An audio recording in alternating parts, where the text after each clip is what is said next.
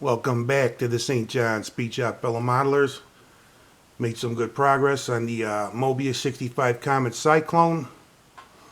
Got my colors picked out, got that business taken care of. So far, I think I'd still recommend this kit as a beginner level kit. Everything went together real nice. The only little bit of an issue I had was right along here. A little bit of a warp to the frame, and the interior side panel didn't make any contact along here for the most part. So I got it in place as best I could. Pumped in some super glue, which caused a little bit of fogging on the inside of the interior, but who cares? We ain't gonna see that anyway once it's buttoned up. But that's the only problem I had with it right here. Now, I was going to go with a black interior for this car, but considering how nicely detailed it is, I figured that would be a waste. So I went with the body matching two-tone. It came out pretty nice. That green just pops against the black. Added some chrome. There were decals for the instrument panel, but 4 of them were too small to bother with. They were just going to look like black spots anyway, so it was easier just to paint them. And the one for the speedometer, well, I kind of cut that in half with the exact one I put in place, so didn't bother with that. But the interior looks good with that two-tone. I'm glad I went with a two-tone and not just basic black. Would have been a huge waste. And the engine is nicely detailed. I went with Tamiya light green for that. First time I've used that color on an engine block, and I figured this was the appropriate subject to try it out on.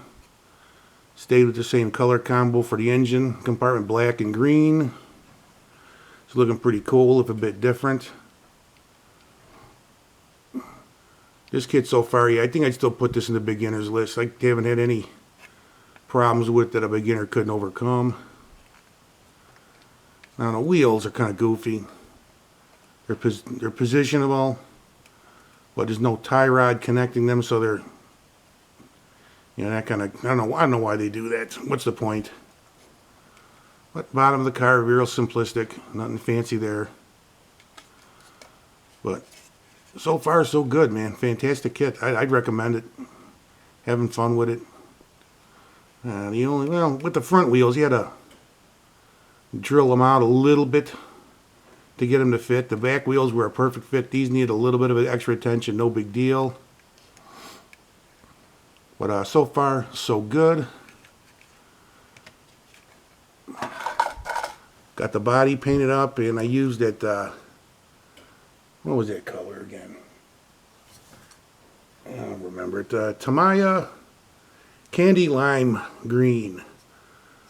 I was dying to use this color by itself to see how it came out. I love it.